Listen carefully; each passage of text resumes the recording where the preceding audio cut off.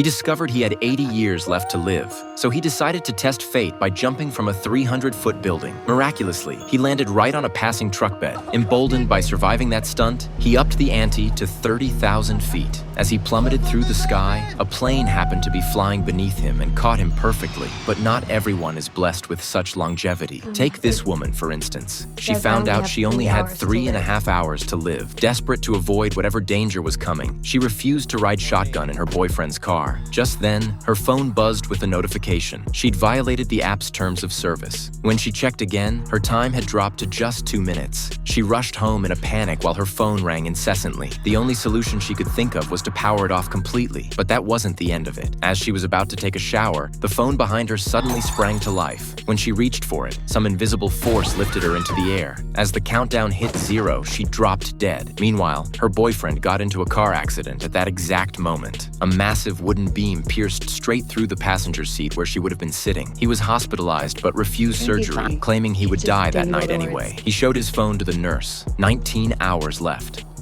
It's an app that tells you when you're gonna die. Amy tried to reassure him, saying it's just an app, it doesn't mean anything. But he told her it had accurately predicted his girlfriend's death. Seeing Amy's skepticism, he simply walked away. Amy shared the bizarre encounter with her coworkers, who curiously downloaded the app themselves. They all had decades to live, except for Ellie. She only had 2 days. That night, as the man was about to undergo surgery, he noticed his timer had less than 3 minutes left. He tried to avoid the operation, but his phone started ringing with another terms violation notice. He didn't think much of it at first, until he caught sight of a dark figure in the mirror behind him. When he spun around, nothing was there. Suddenly, the shadow shattered the mirror, sending him scrambling into a nearby stairwell.